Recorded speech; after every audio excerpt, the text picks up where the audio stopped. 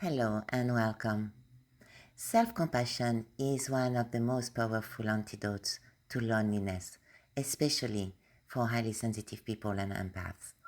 And if you're someone who feels the emotional texture of life a little more intensely than others, you already know that loneliness is not just an emotion. It's a whole body experience. It sits in the chest. It tightens the breath. It makes the mind spiral in directions you never ask it to go. And here what often happens.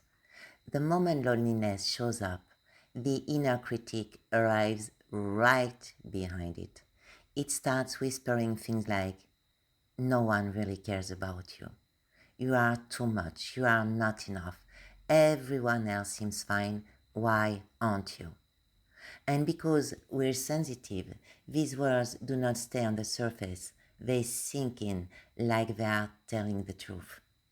But the real truth is this: loneliness is a human feeling, not a personal flaw. Everybody feels it at some point, and your nervous system sends you signals, physical signals saying, something in me needs warmth, connection, or gentleness. It's not proof that anything is wrong with who you are. This is where self-compassion changes everything.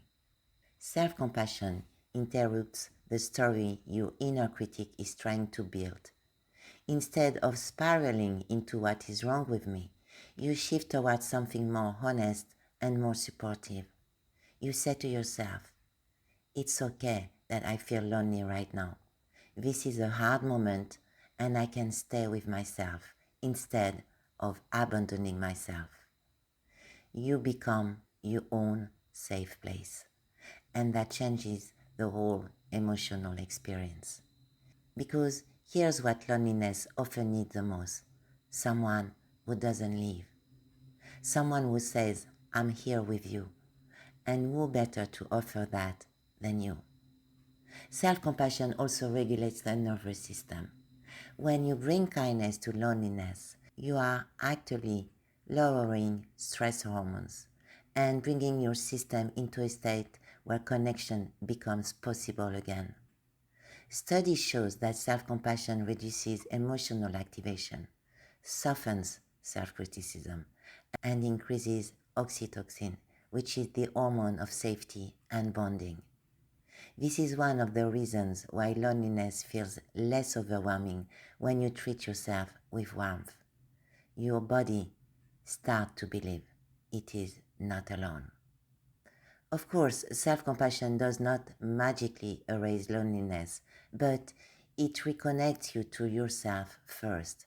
And when that inner connection is restored, the world around you becomes easier to reach. You start to feel more willing to open up, to ask for support, to be seen, to let people in. You stop interpreting loneliness as evidence that you are unlovable. Instead, you see it as a moment in your human experience that deserves care. Loneliness becomes less of an attack and more of a signal. And the more you practice self-compassion, the more your brain learns a new pattern. Instead of collapsing into self-blame, you meet yourself with kindness. Instead of tightening around the feeling, you soften into it. Instead of believing the inner critic, you answer it with something gentler. This is not indulgence. It is emotional regulation. It is grounding. And for a sensitive system, it is a lifeline.